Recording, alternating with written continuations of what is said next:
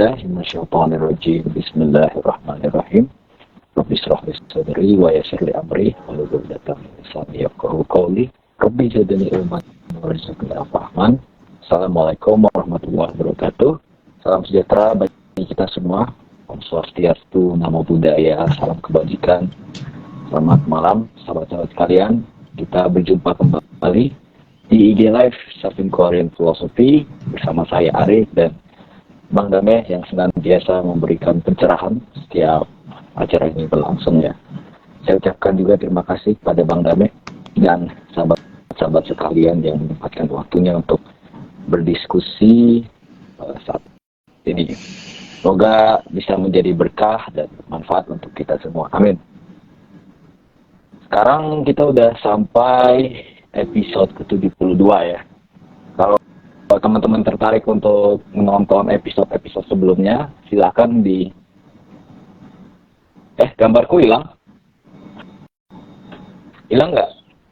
Atau buram gitu? Buram ya? Buram. Agak buram.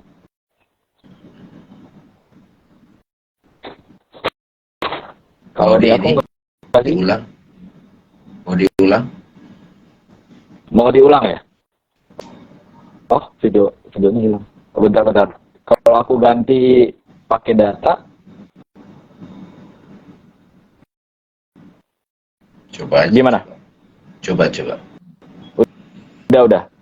Tetap sama ya? Nah, ini lebih bening.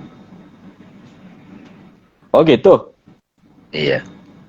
Tapi nanti kalau direkamannya sih videonya video dari HP ku ya. Jadi tetap jelas dua-duanya kelihatan. Iya. Oke, ini udah bagus. Oke, ini aja yang Bapak ya. Iya. Tapi sebagai gantinya dataku terkuras.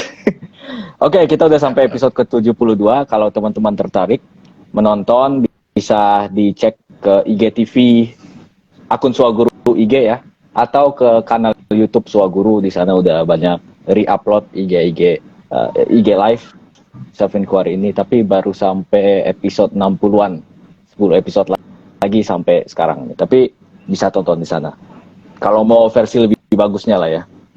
Sesuai nama acaranya teman-teman, kita di sini menjadikan self-inquiry dan filsafat sebagai lensa yang melaluinya kita meneliti segala persoalan kehidupan dan berupaya untuk memaknainya ya. Dengan lensa filosofis, kita diajak untuk terbiasa dengan meneliti secara tajam, menyelidiki segala sesuatu sampai ke akarnya, fondasinya, terutama dengan menangkap realitas sebagaimana adanya gitu. Dan aku di sini selalu menekankan bahwa filsafat punya dua wajah. Wajah pertama menghadap ke objek, yang kedua menghadap ke subjek yang meneliti gitu. Kalau ke objek semuanya dibongkar-bongkar, tapi bukan melulu bongkar-bongkar, tapi juga membongkar posisi subjektif kita yang melihat objek itu menjadi masalah pada mulanya gitu.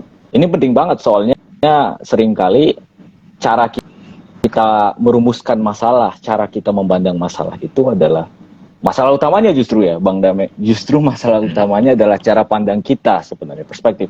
Kalau diubah perspektifnya, justru apa yang pada mulanya kita anggap sebagai masalah tampak tidak menjadi masalah atau akhirnya terbeberkan juga masalah sebenarnya. Seringkali bukan masalah sebenarnya. Misalnya kalau ambil contoh yang lagi hot lah tentu saja. Kayaknya topik abadi juga sih di kalangan kaum muda, insecure gitu. Kalau insecure, dirumuskan masalah insecure itu sebagai, wah gimana caranya biar nggak insecure? Katakanlah tentang penampilannya. Oh ya udah berarti lu poles lah muka lu, atau jadi pakai skincare, pakai busana yang mahal gitu.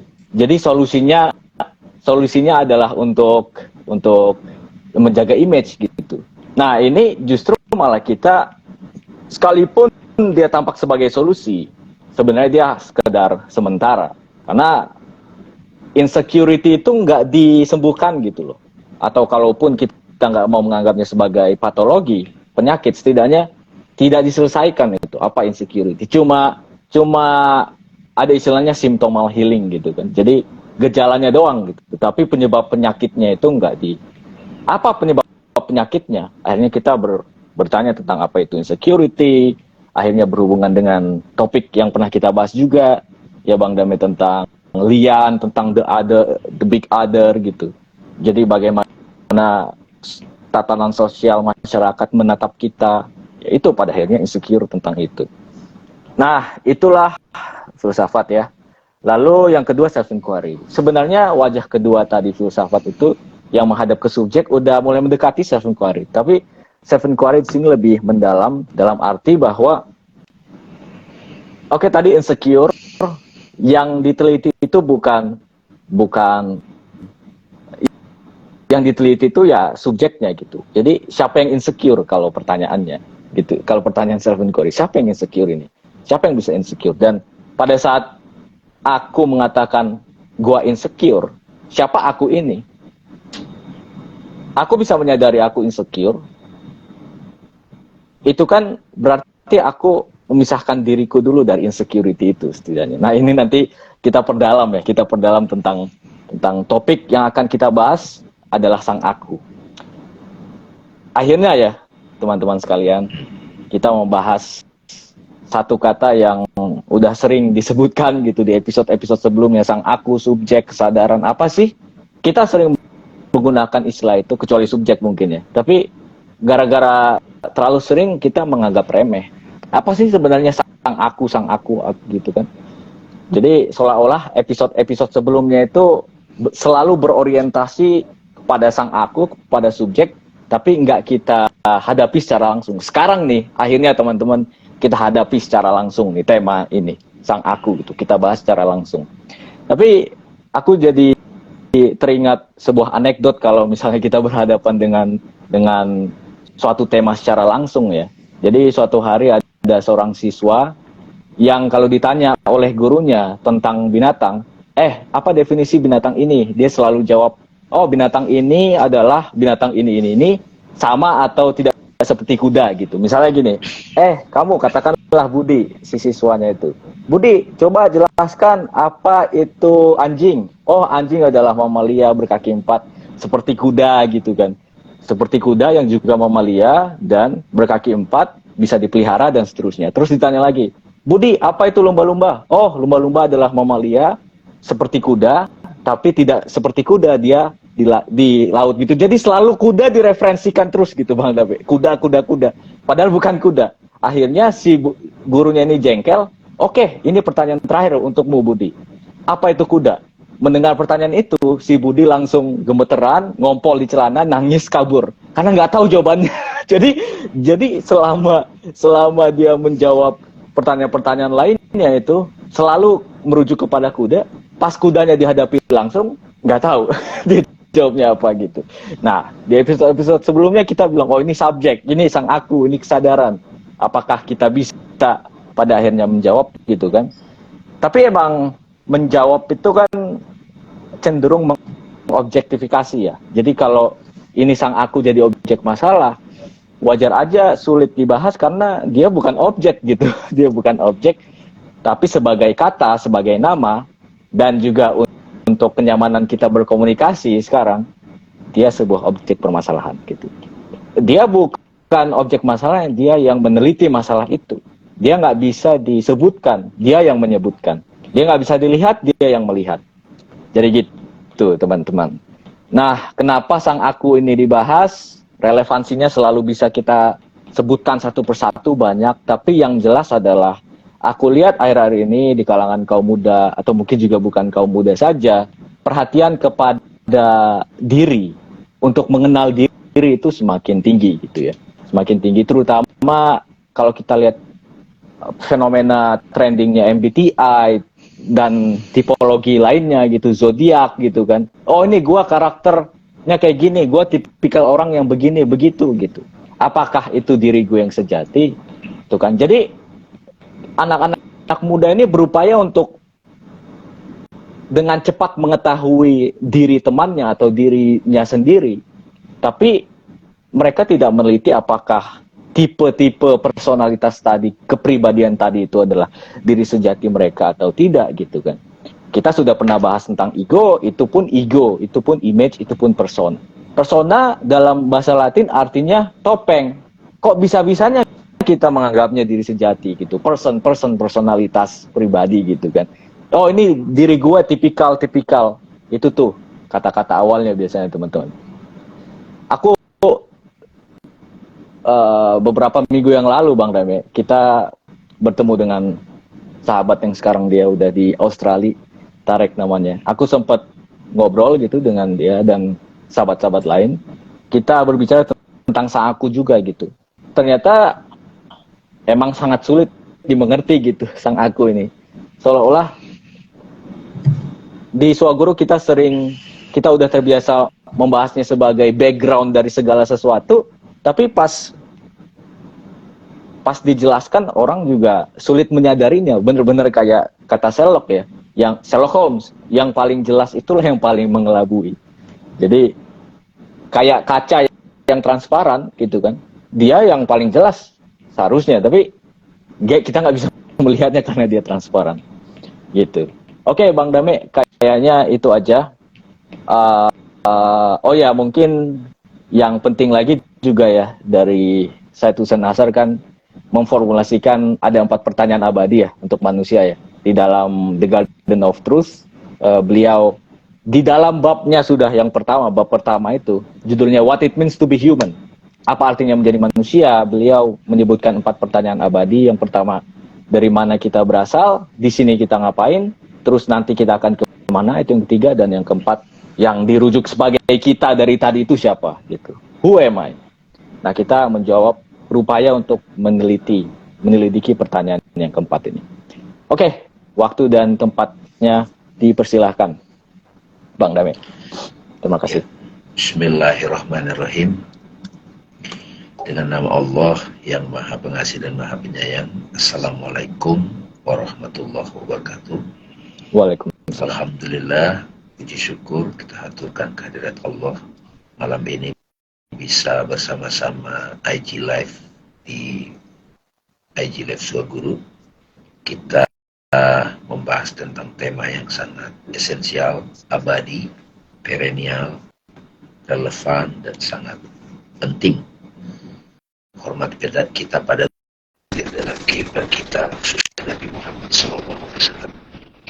Terima kasih banyak Bang Arif pengantarnya, membantu kita untuk mempretelin. Selamat tadi Bang Arif menyampaikan.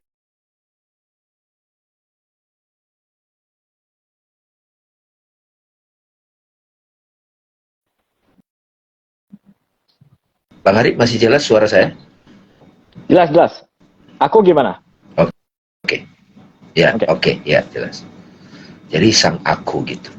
Ada niat kita di sini di Swaguru, tema ini akan kita buat detail dan tidak di Instagram, tapi di Zoom, ya. Insya Allah nanti akan dikabarkan. Dan tema ini yang mendengar, ya berapa orang yang hadir nggak apa-apa, tapi ini sangat penting. Kita mulai dari sini Bang Arif. Apa yang paling pasti dalam pengetahuanku gitu? Ini pertanyaan penting teman-teman. Ya. Jadi selama ini kan kita menganggap kita sudah mengetahui banyak hal, apalagi era digital ini. Ada ChatGPT, Wikipedia, Google, YouTube, banyak sekali gitu. Dan kita menganggap kita udah tahu objek yang diketahui itu dengan pasti gitu. Padahal kita belum teliti gitu. Nah, filosofi itu adalah satu metode, juga satu ilmu yang bersemangat atau punya karakter mengetahui sesuatu itu harus pasti gitu. Ya kan? Makanya filosofi itu alat utamanya adalah akal gitu. Akal. Jadi orang yang berfilosofi itu akalnya mesti tajam gitu, tajam, matang, terus tangguh gitu. Itu filosofi. Tapi apakah pengetahuan akal itu pasti? Itulah gitu. Nah, ini bukan diskusi filsafat kita malam ini, tapi lompat sedikit. Pengetahuan yang paling pasti Bang Arif, itu pengetahuan yang nggak perlu bukti lagi Bang. Pengetahuan pasti kok nggak perlu bukti gitu. Istilahnya itu teman-teman bisa dicatat, self-evident namanya. Dia jelas dengan sendirinya gitu. Jadi nggak perlu pembuktian gitu. Yang butuh pembuktian kan akal. Atau bahasa Arabnya itu badihi namanya. Badihi. Nah, pengetahuan kita selama ini kan terpusat pada sesuatu yang tanda petik disebut di luar gitu Bang. Sebut saja objek gitu.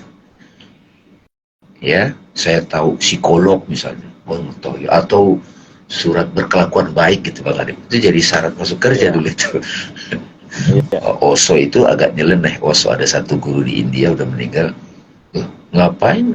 Yang paling tahu diri saya kan saya gitu, bukan orang katanya.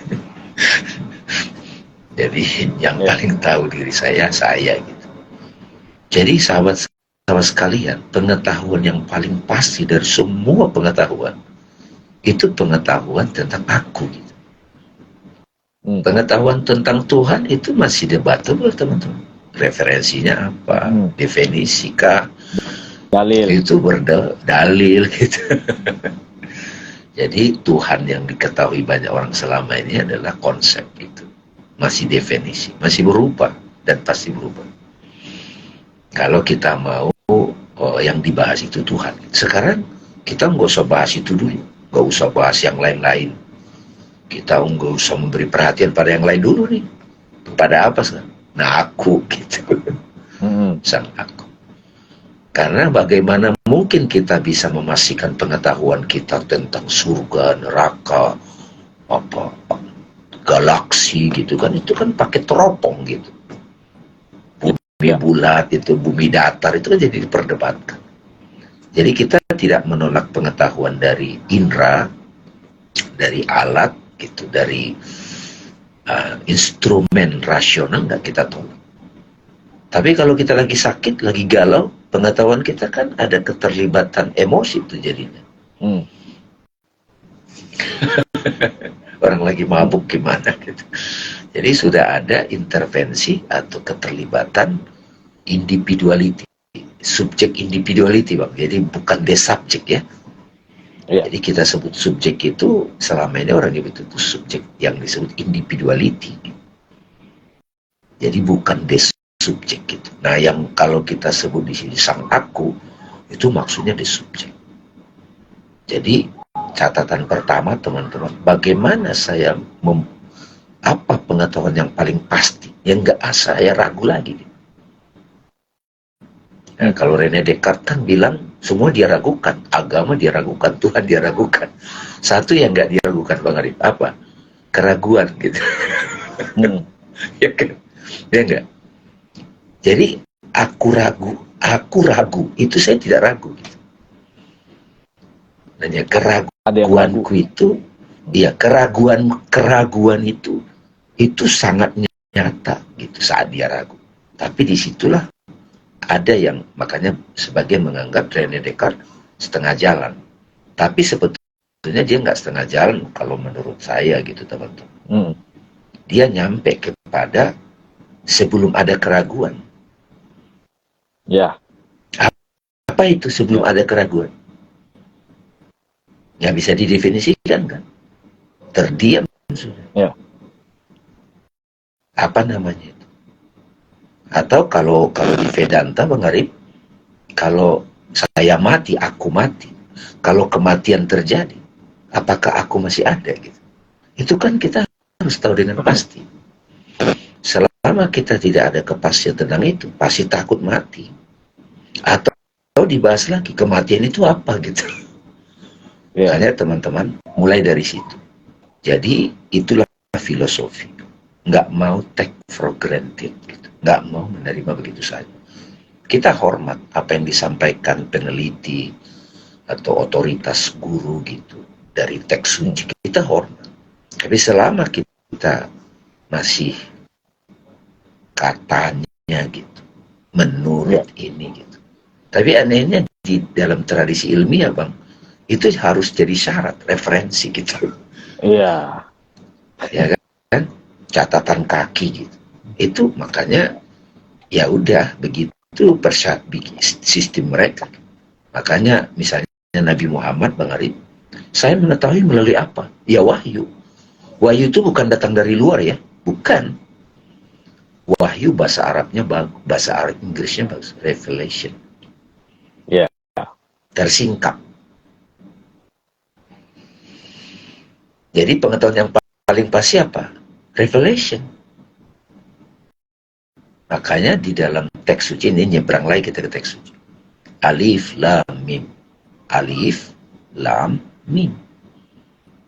Terusannya kan, Zalikal kitab la raiba fihi hudal lil muttaqin. Pengetahuan itu, kitab di situ bukan buku ya, nggak ada buku waktu itu. Tapi kenapa kata kitab? Pengetahuan itu. Nah itu. Tidak ada keraguan di dalam padanya. Petunjuk, hudan lil muttaqin. Jadi selama kita nih yang beragama atau yang tidak beragama, yang ngaku-ngaku nggak beragama, ateis, selama dia belum sampai pada satu pengetahuan yang pasti, yang menjadi pondasi dari semua pengetahuan, dia akan selalu ragu. Nah, menariknya terusannya Bang, ini jadi inspirasi kan. Siapa itu? Muttaqin di situ. Muttaqin. Siapa mereka? Allazina yu'minuna bil ghaib. Mereka yang berimannya itu bukan percaya dari luar, bukan. Katanya bukan. Pada yang unseen, ghaib. Ghaib itu metafisik, Bang Arif. Iya. Metafisik. Bukan pengetahuan indrawi. Indrawi nggak bisa. Wa yuqimuna sholata, mereka mendirikan sholat. Sholat di situ belum ritual loh, teman-teman. Akrab gitu. Makanya intim dengan pengetahuan itu. Akrab, familiar. Sholat di situ intimacy. Dia dirikan keintiman dia. Wa yuqimuna sholata wa mimma razaqnahum, gitu kan. Mereka yang akan berikan nafkah, rezeki itu di situ pengetahuan. Jadi itu pertanyaan pertama. Apa yang paling pasti dalam pengetahuanku? Jadi kalau ada yang berusia, badannya, usianya lah sebutan umumnya 70 tahun. Apa ya pengetahuanku yang sudah bisa saya pegang? Gitu. Dalam situasi apapun, ragu, saya balik ke situ. Saya balik ke situ. Nah, kalau secara intelektual nih, sebetulnya yang pertama harus diteliti ya aku. Nah, aku itu. Nah, yang kedua Bang, kita butuh jawaban dari pertanyaan, betul? Saya mau mengetahui apa yang saya tahu dengan pasti. Terus kita butuh jawaban. Lagi-lagi, kita butuh jawaban menurut si A, gitu. Menurut otoritas ini, pengetahuan itu sudah pasti. Jawaban yang pasti adalah Bang Arif, bukan definisi. Definisi kita hormati kan, apalagi undang-undang. Definisinya apa nih? Ya itu kesepakatan. Ada nggak definisi yang tidak disepakati? Ya seperti kita mengalami air. Air adalah H2O misalnya, atau air keberadaan cair bening menyegarkan. Api adalah keberadaan panas membakar bercahaya. Itu nggak butuh kesepakatan. Sampai sekarang itu nggak butuh kesepakatan kan? Itu namanya pengetahuan yang tersingkap pada kita melalui direct experience. Makanya metode untuk mengetahui dengan pasti direct experience. Metodenya namanya apa? Direct path. Apa namanya itu? Self inquiry, teman-teman. Menyelidiki langsung. Saya periksa langsung. Saya selidiki langsung. Jadi kita semua ini menjadi peneliti langsung terhadap apa saja yang kita alami, apa yang kita ketahui. Nah, ada satu guru yang ini rencananya insya Allah ya Bang Arif ya, Robert Spira ya. Yes, The Present. Bukunya banyak. Yang pertama, Robert Spira, ya, itu dulu. Dia di situ akan dibahas gitu teman-teman. Pertama di sini our true nature. hakikat keberadaan kita, hakikat kita yang sebenarnya apa. Makanya pertanyaan who atau or what am I. Nah, ini mau kita bahas nih teman. Jadi kalau teman-teman bersedia ikut, mau ikut, kita sama-sama tuh self inquiry. Jadi saya dan Mas Bang Arif itu menemani bersama-sama. Saya juga melakukan sampai sekarang. Yang kedua nih, menarik lagi nih Bang Arif. Kan biasanya kan orang tahu ada body, ada mind, ada kesadaran gitu. Ada body, ada mind, ada world gitu. From I the body to the I the mind and to awareness gitu. I aware presence. Iya gitu. Itu kan menarik. Terus pengetahuan I am ini teman-teman, itu selalu kita upayakan, kebiasaan kita adalah didefinisikan.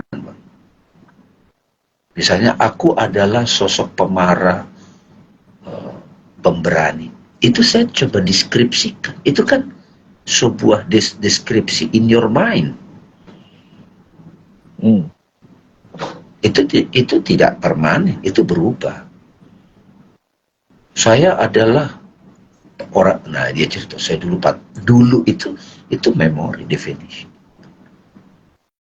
Nah, jadi ada satu pengetahuan teman-teman yang tidak pakai objek gitu. Ini pengetahuan apa ini? Nah, disitulah prosesnya nanti kita menemukan satu pengalaman yang pasti. Oh, aku adalah, nah ini definisi yang simple Bang Arif sebetulnya. Ketika ditanya who am I, siapa aku, siapa sang aku? Aku adalah yang mengetahui, yang menyadari semua pengalamanku. Gitu. Itu kan kayak ada di situ tuh di definisi. Tapi definisi ini datang dari self inquiry Bang. Aku adalah yang mengetahui, menyadari semua pengalamanku. Jadi bukan pengalaman di sini. Nah, pengalamanku itu dalam hal ini ada pengalaman badan. Ya saya tutup mata, saya tahu saya lapar, saya pegel-pegel. Ada pegel-pegel itu pengalaman. Namanya sensasi gitu Bang Arif. Ya. Aku buka mata, aku lihat warna, aku lihat bunga, pakai mata istilahnya. Aku dengar suara. Aku tahu aroma parfum. Aku tahu soto itu enak lewat lidah. Nah itu selama ini disebut pengetahuan indra. Itu disebut dunia. Other than me. Lain dari diriku. Tapi begitu kita punya pengalaman, misalnya Bang Arif punya pengalaman makan soto di mana enak, itu kan lagi tidak makan soto sekarang. Itu ada ingatan tentang itu. Nah, ingatan itu kan sejenis pengalaman juga, mengingat kembali. Makanya Bang Arif ketika lihat ada di Instagram apa ya gambarannya itu makan Indomie gitu kan terkenang, itu ada sensasinya lagi tuh. Jadi kenangan soto yang enak itu sudah ada sensasi, itu sejenis pengalaman juga. Nah, kategorikan aja semua itu namanya mind.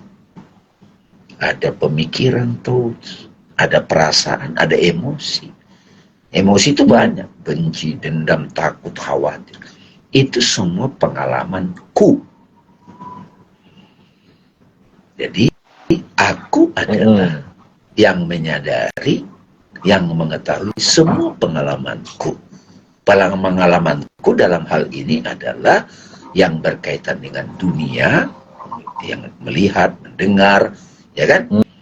Apa yang kita sebut dengan dunia itu sebetulnya adalah ya melihat, mendengar, mencium, aroma, merasa, meraba, atau membaca buku juga gitu, atau lihat gambar di Instagram ataupun laptop atau YouTube, begitu kita pasifkan panca indera, yang utama mata bang, tutup mata kayak kita tadi meditasi silent, maka semua pengetahuan itu adalah persepsi. Itu pengetahuan juga. Jadi dia berpindah yang tadinya kita anggap fisik, ya, physical object, begitu kita tutup mata atau tidur misalnya. Waktu kita tidur, panca indera semua ketutup, kecuali napas kan. Saat kita tidur pulas atau tidur mimpi, kita nggak dengar apapun. Tapi ada sebuah cerita dalam, namanya mimpi. Itu fisik atau bukan tuh? Materi apa bukan tuh? Tampak materi, tapi hakikatnya bukan materi. Itu apa namanya itu? Mind. Nah, ada yang menyadari itu, ada yang mengetahui mimpi itu. Berarti kita bisa punya pengalaman tanpa badan, tapi kita punya pengalaman. Atau nanti zaman artificial intelligence bang, yang dilakukan Elon Musk kan sudah dapat izin tuh katanya, dimasukin otaknya gitu. Ya kan? Ya, itu kayak film Matrix teman-teman. Gitu. Jadi kita melihat mengalami sebuah realitas, tapi kita nggak tahu itu real apa bukan gitu. Kayak kita masuk dalam game gitu, kayak dalam mimpi lah. Atau jangan-jangan yang sekarang ini mimpi gitu. Nah, disitulah pentingnya teman-teman dari fakta-fakta yang sudah dipaparkan tadi. Siapa sih sang aku ini? Yang berada di semua pengalaman itu. Kita pernah kan di perut ibu? Rahim? Pernah. Siapa aku di situ? Apa kesadaran di waktu itu? Atau kalau orang yang hipnotis ada past life regression. Atau Ibnu Arabi Syekh Al-Baq bilang, aku bertemu Muhammad, bertemu Isa Al-Masih gitu, dalam Fusus Al-Hikam gitu. Atau Nabi Muhammad cerita Isra Mi'raj. Saat Isra Mi'raj itu siapa sih aku di situ saat itu bang? Nah, itu mau kita apa ya, pretelin dikit-dikit gitu teman. Sampai kita dapat satu kepastian.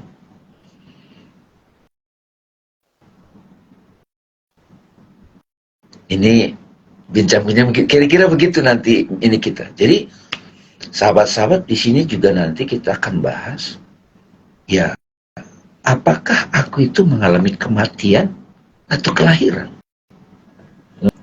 Atau yang lahir itu badan gitu. Makanya yang mati juga badan. Aku enggak. Nah. Gitu. Ya kan Bang Arif? Itu seru itu. Ya kan? Terus ada orang mencari pengalaman damai gitu. Cinta gitu. Orang tua saya yang sudah meninggal, apakah saya masih bisa bertemu dia gitu? Kalau bisa bertemu, bertemunya seperti apa? Di level pikiran, ketemu badan dengan badan, atau pertemuan yang real itu apa? Sekarang nih teman-teman ada yang dengerin 30 orang, nggak tahu dari mana saja, badannya menetap di mana gitu, badannya bang itu. Nah, pertemuan kita ini real apa tidak? Real. Realnya seperti apa? Berada di mana nih kita nih? Nah, siapa ini yang berdiskusi? Aku, kita sebut. Aku yang mana?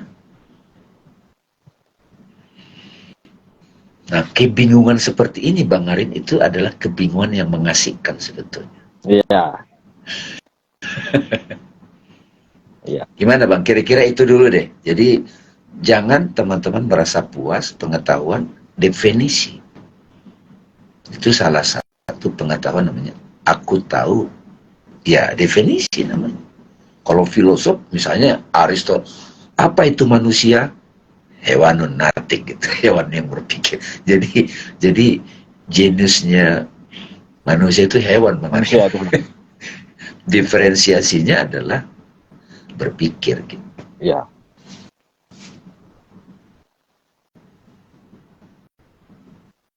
Jadi mengasihkan gitu. Nanti kita bahas juga sebetulnya. Setelah kita dapat kepastian siapa aku, bukan melalui definisi, tapi melalui direct experience, direct path, self-inquiry. Nah, dari situlah kita mulai meneliti, aku ini punya karakter apa saja. Ya termasuk ada badan sebetulnya, pikiran. Atau aku ini lokasinya di mana gitu, lokasinya gitu. Atau terbatas nggak aku ini?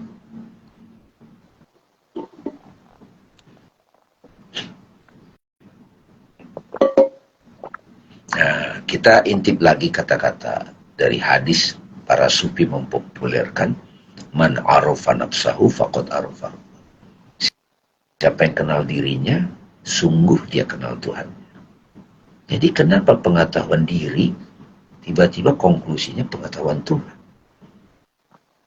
Terus seorang sufi juga bilang, ketika aku mencari Tuhan, kok aku menemukan diriku gitu. Terus sufi itu juga bilang, ketika aku mencari diriku, kok aku ketemu Tuhan gitu. Kenapa pengetahuan seperti ini tidak jadi satu satu petualangan yang sangat kita butuhkan. Jadi mudah-mudahan teman-teman tahu, semua pengetahuan kita apapun yang kita anggap kita sudah tahu, selama pondasinya belum sampai pada pengetahuan yang pasti tentang aku, itu semua rapuh.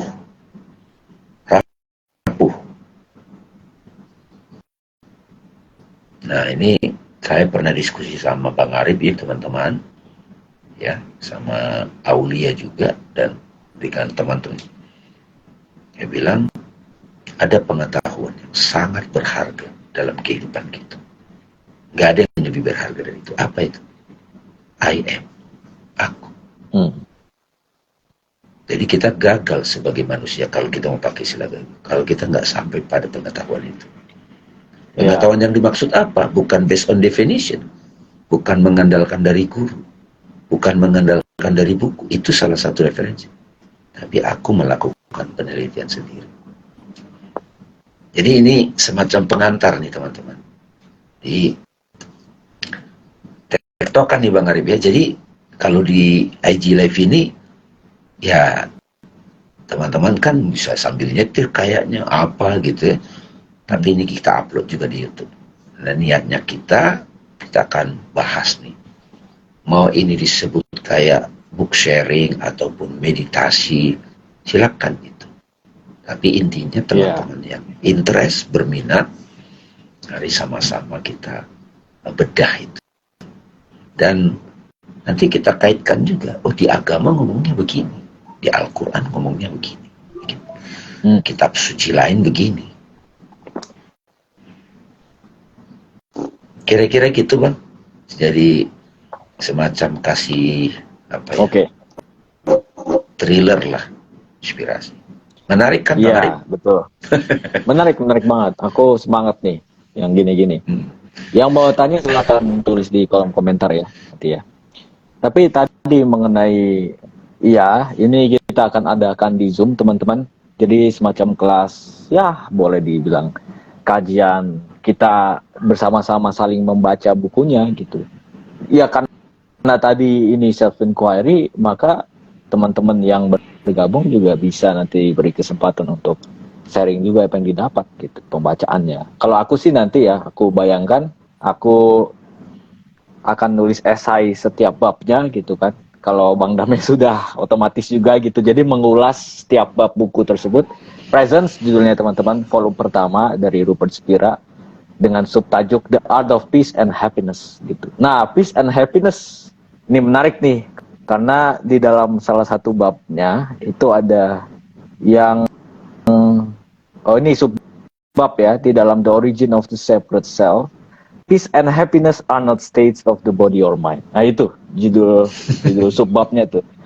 Jadi apa ya, kalau udah masuk ke sini Bang Damai, makanya di dalam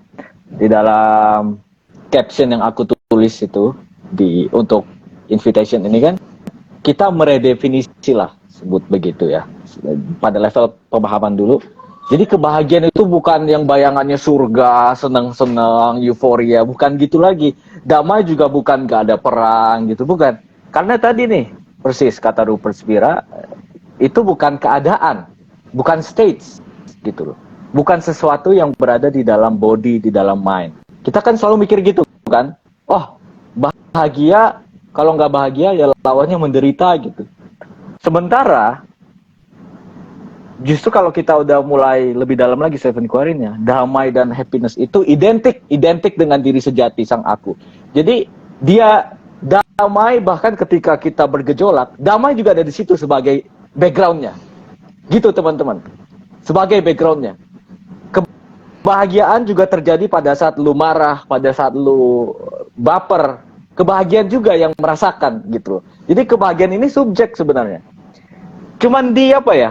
Digeser aja gitu maknanya dari dari yang bersifat moral misalnya damai gitu kan kepada ontologis jadi being, keberadaan itu sendiri adalah damai dan kebahagiaan gitu. Ini revolusioner banget menurut aku sih Bang Dame. Jadi kayak semuanya dirombak teman-teman, dirombak. Udah nggak ada lagi kebahagiaan sebagai perasaan. Kebahagiaan itu bukan perasaan, damai juga bukan perasaan.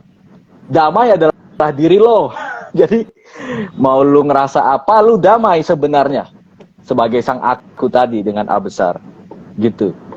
Nah ini kembali lagi ke percakapan aku dengan sahabatku itu, kita ngopi sampai jam 12-an Bang Dame. Nah sampai di suatu momen dimana kita bahas tentang sang aku ini. Aku dan Tarik sudah tektokan, tapi dua temanku lagi ini mereka mau bertanya apa sih sebenarnya sang aku ini. Tapi yang menarik Bang Dame, justru mereka cenderung takut gitu. Kalau udah jadi sang aku, ketika berhadapan dengan masalah, entah itu utang kayak atau apa gitu ya, putus pacar, mereka nggak mau masalah itu diremehin gitu loh. Jadi kayak kalau udah jadi sang aku, komentar mereka terhadap aku dan Tarek itu gini Bang Dame, kok lu santai banget ya menjalani hidup gitu. Kalau Pak, aku sempat ditanya apa definisi kebahagiaan, ya minum kopi, aku bilang gitu. Kok bisa sesantai itu gitu. Jadi kata mereka, ya tadi kalau gua punya tadi prinsip gua adalah standing as awareness gitu kan. Jadi ya agak aneh juga pada saat mereka dibeberkan sang aku, mereka takut masalah diremehin. Nah, ngomong-ngomong tentang masalah, Rupert Spira menulis nggak ada yang namanya masalah. Jadi there are no problems. Nah, ada problems ketika kita menjadi separate self. Tadi persona yang terpisah itu gitu.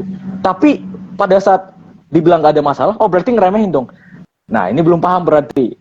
Justru, apa ya? Kalau aku sih yang bikin, menurutku yang bikin masalah itu adalah seolah-olah kita harus panik kalau menghadapi masalah gitu Bang Dame. Ada kecenderungan gitu di khalayak umum. Kalau ada masalah itu harus bersih tegang gitu. No, kalau jadi standing as awareness sang aku, ya udah masalah datang gitu, nggak harus panik, seolah-olah kalau nggak takut itu ngeremehin masalahnya. Nah ini kan ada kecenderungan gitu kan. Tapi ya tadi bahwa masalah berat yes gitu, bahwa krisis yes gitu. Tapi ya justru masalah itulah pintu masuk kita kepada sang aku. Sayang banget kalau tidak depresi gitu kan misalnya. Ketika semua identitas dilucuti, kayak kita telanjang, terekspos semuanya. Itu kan kita menjadi kosong gitu. Tapi karena kita karena kita terbiasa dengan identitas, kita takut ketika kosong itu. Oh, harus ada sesuatu nih gitu. Harus ada baju, harus ada baju gitu. Harus ada persona. Ya, menarik Bang Arif ya. Kira-kira begini teman-teman, lebih kurang perbincangan itu saat dialognya itu. Karena kita akan alami itu juga sendirian. Kita kayak diskusi dengan di dalam gitu, kayak diskusi sendiri. Oh harusnya begini dong, enggak dong begini. Kita diskusi. Nah sekarang kita ada beberapa teman yang begitu gitu. Tapi dalam diskusi itu ada proses pegangan kita adalah direct experience. Pengalaman langsung. Satu lagi ya tadi satu lagi. kayak kita pernah bahas juga tentang derita, teman-teman bisa tonton suffering gitu. Suffering nggak bisa di oke, yang dimaksud keluar dari suffering itu bukan nggak suffering, tapi sikap kita menghadapi suffering gitu. Oke, datang suffering, ya udah terima, hadapi, udah lewat akhirnya. Tapi yang bikin masalah ketika orang menderita itu kan, wah gimana ya, takutnya itu kemelekatan terhadap derita. Jadi melampaui suffering itu bukan gak ada suffering, tapi sikap kita menghadapi suffering itu beda gitu doang. Jadi cuman shift in perspektif aja, subjek aja gitu. Dari yang tadinya person menjadi yang berdiri, yang tak berubah itu, yang bahkan tidak tergubris sama sekali gitu oleh segala hal yang terjadi, karena dia adalah panggung itu sendiri. Itu sih. Ya, ini catatan Bang Arif tadi, kalau bisa ngeh dengan ini, atau tersingkap, atau discovery, menemukan kembali, atau remembering, mengingat kembali. Pengetahuan ini, sang aku ini, itu tadi Bang Arif menggunakan kata revolusioner. Karena sekian miliar manusia itu salah fokus gitu loh maksudnya. Iya. Salah fokus ya. Iya kan? Salah fokus itu maksudnya attention itu fokus kepada, kalau di filsafat Islam maujud gitu. Apa yang nampak gitu, apa yang menampil. Ya kan? Itu revolusioner teman-teman. Jadi bagi mereka yang sudah tersingkap dengan pengetahuan ini, itu pengetahuan yang pasti loh. Dan setelah itu, makanya ada lagi pembahasan after awareness. Atau kalau bahasa framework Islam, setelah syahadat, nah gitu kan, bersaksi kan. Oh iya. Ya, asyhadu an la ilaha illallah gitu. Aku bersaksi, nggak ada lagi ilah kecuali Allah. Berarti sholat maksudnya kan? Setelah awareness, yaitu tadi. Itu masih syahadat pertama, Bang. Masih syahadat pertama. Syahadat pertama. Iya, masih syahadat pertama. Ya kan? Jadi belum aktivitas ritual nih.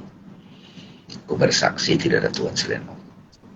Nah, ini sebetulnya kalau teman-teman saya ketemu orang yang akrab dengan framework Islam, itu saya pakai pendekatan ini. Kalau mereka yang belum terlalu dogmatis, bisa pakai pendekatan ikro gitu. Ikro itu kan meneliti apapun, membaca apapun. Nanti setelah membaca apapun yang di luar, kok saya nggak membaca yang membaca gitu. Nggak meneliti yang membaca itu. Pindah nih, perhatiannya pindah tuh, shifting gitu. Ya. Nah, lagi tadi catatannya, jadi setelah syahadat pertama, kalau semua ini tidak ada semua ini kecuali Allah gitu. Terus yang ini apa? Baru wa asyhadu anna Muhammad Rasulullah. Itu nanti ada lagi bukunya Rupert Supire itu Bang Arif. Yang menarik tuh. Itu adalah transparent body luminous world. Jadi melihat badan atau dunia ini jadi transparan, penetrating.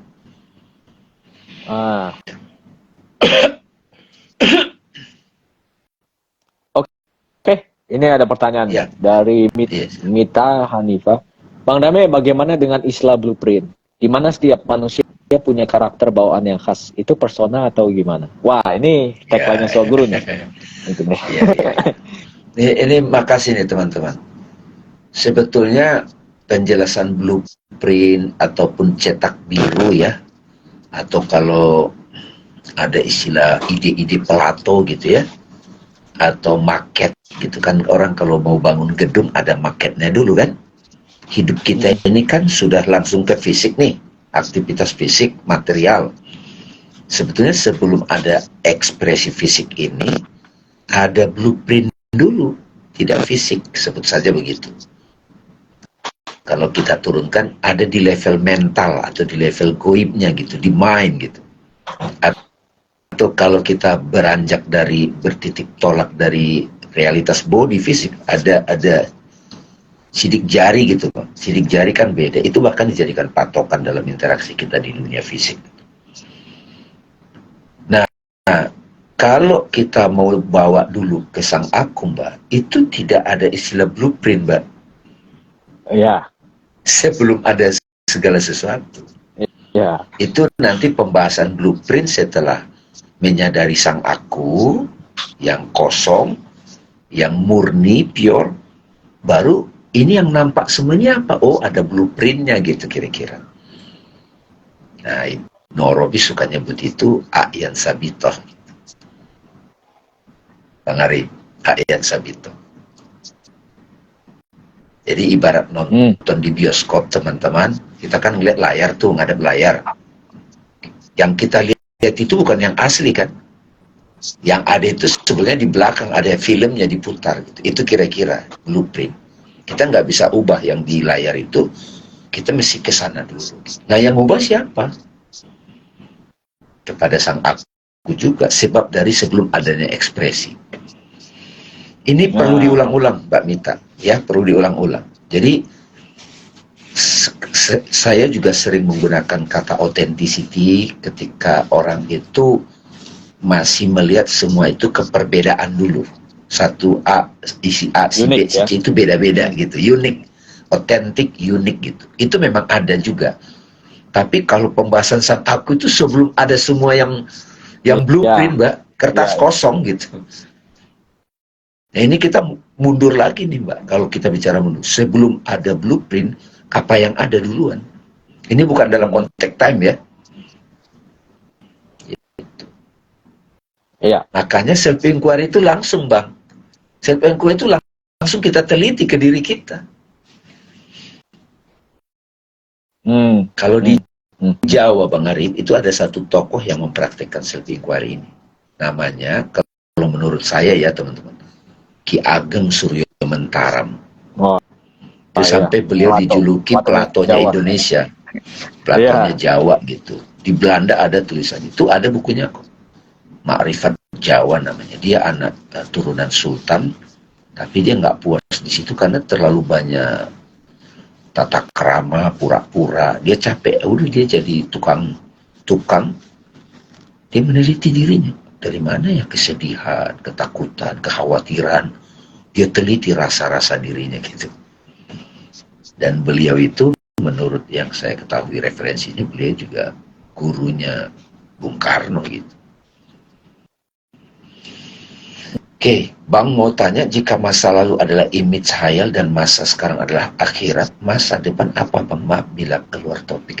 Ini di time ini, Bang Arif. Pembahasan time. Ya. Sebelum kita membahas ke situ, Mbak, kita harus berani meneliti sebenarnya yang disebut masa depan itu, eksisnya bentuknya apa gitu. Itu kadang kita belum tuntas di situ, belum clear. Apa yang disebut masa lalu itu kan memori, bentuknya gambaran-gambaran mental juga, ada perasaannya juga, ada pemaknaan. Itu disebut masa lalu. Kita suka nyebut itu, terminologinya adalah memori. Memori bukan di otak ya, bukan. Otak kan fisik. Nah gitu. Bagaimana? Nah, ini harus terbiasa nih teman-teman. Ada itu tidak selalu fisik ya. Sesuatu itu disebut eksis, maujud, itu tidak selalu fisik. Itu harus clear juga tuh. Ya. Pembenci itu tidak ketemu orangnya secara fisik. Tapi dia merasa benci. Di mana itu? Bukan di otak, bukan. Nampak aja dalam ingatan. Nah, masa depan juga sebetulnya eksisnya di pikiran, prediksikan, rencana. Nah, masa depan dan masa lalu itu appears in mind. Kalau pikiran kita itu diam, nggak ada masa depan, masa lalu. Nah, itu namanya now. Nah, kalau kita mau ajak istilah akhirat, ini lagi-lagi harus lulus dulu nih. Jangan terjebak pada makna akhirat sebagai dogma ya, jangan. Kita udah pernah bahas juga tuh. Udah pernah bahas tuh akhirat teman-teman. Ada di YouTube, udah ada di YouTube ya? Ya. Udah. Akhirat atau kiamat itu dibahas juga. Gitu ya Mbak ya. Jadi kalau jadi itu eksistensi maujud di pikiran, masa lalu, masa depan. Nah, kapan dia eksis? Ketika saya aktifkan. Nah, makanya Bang, aku itu identik juga dengan now kan. Nama lain dari aku itu now. Betul, benar. Oke.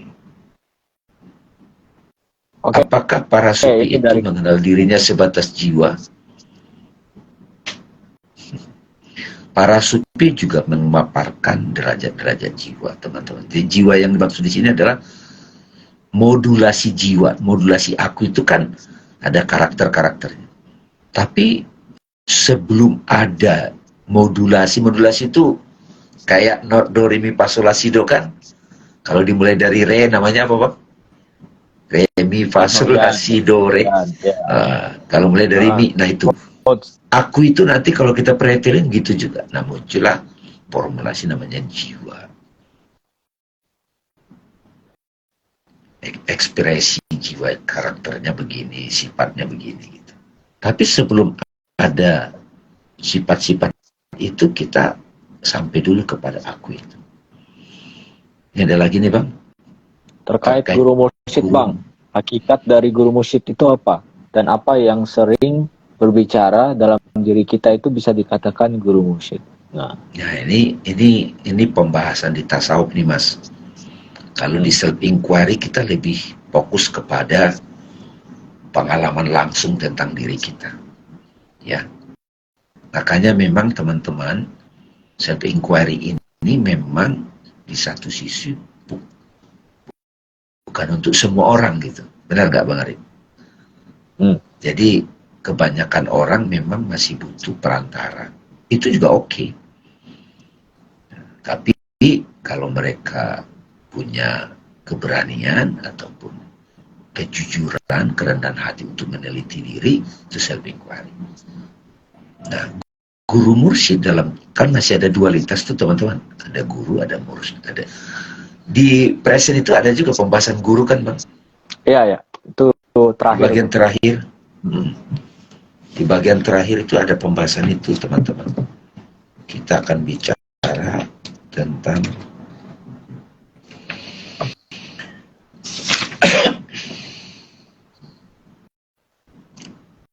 the relationship with a teacher gitu. Iya. Bukan pengajar yang di YouTube ya, bukan pengajar apa gitu kan. Istilah tasawufnya mursyid. Bagaimana metode agar terhubung dengan aku? Nah ini sekarang ini terhubung aku kan. Gimana kita bisa ngomong kalau nggak ada aku ya?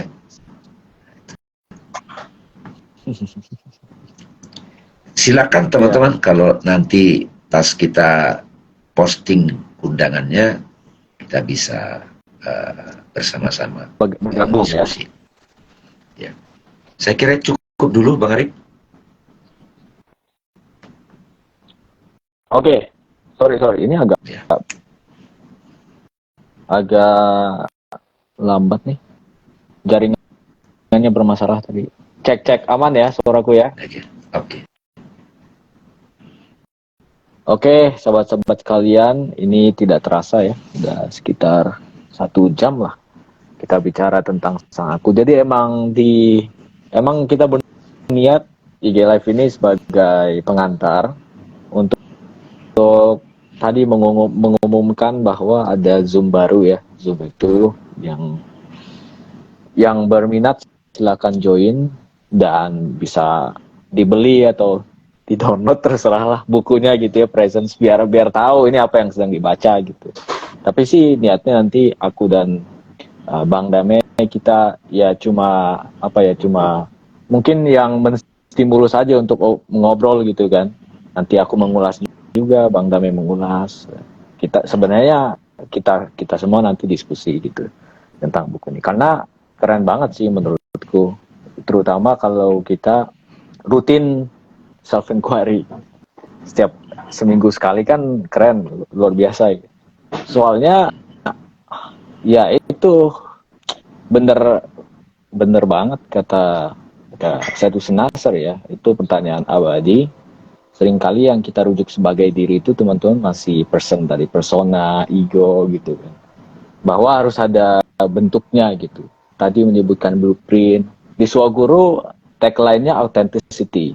Kalau autentitas itu uniqueness kita kan, masing-masing beda.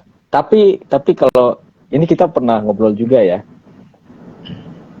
Kalau aku membayangkan authenticity, oke, sang aku yang di tengah itu ibarat lingkaran paling tengah, sang aku itu kosong kan, dia kosong tapi juga meliputi segalanya, nggak berbentuk, udah dia cuman ya udah ada aja gitu. Tapi kalau otentitas dia kosong juga, tapi kayak cetakan agar-agar, ada bentuknya Bang Dawe.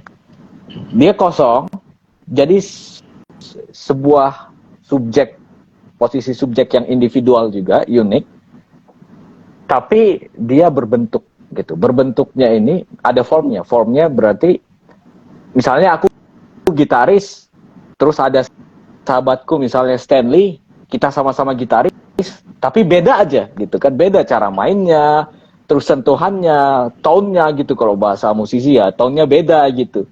Padahal sama-sama gitaris. Tapi pendekatanku ketika mau main gitar itu beda dengan sebagaimana Stanley, dengan sebagaimana Eric Clapton, Jimi Hendrix dan seterusnya.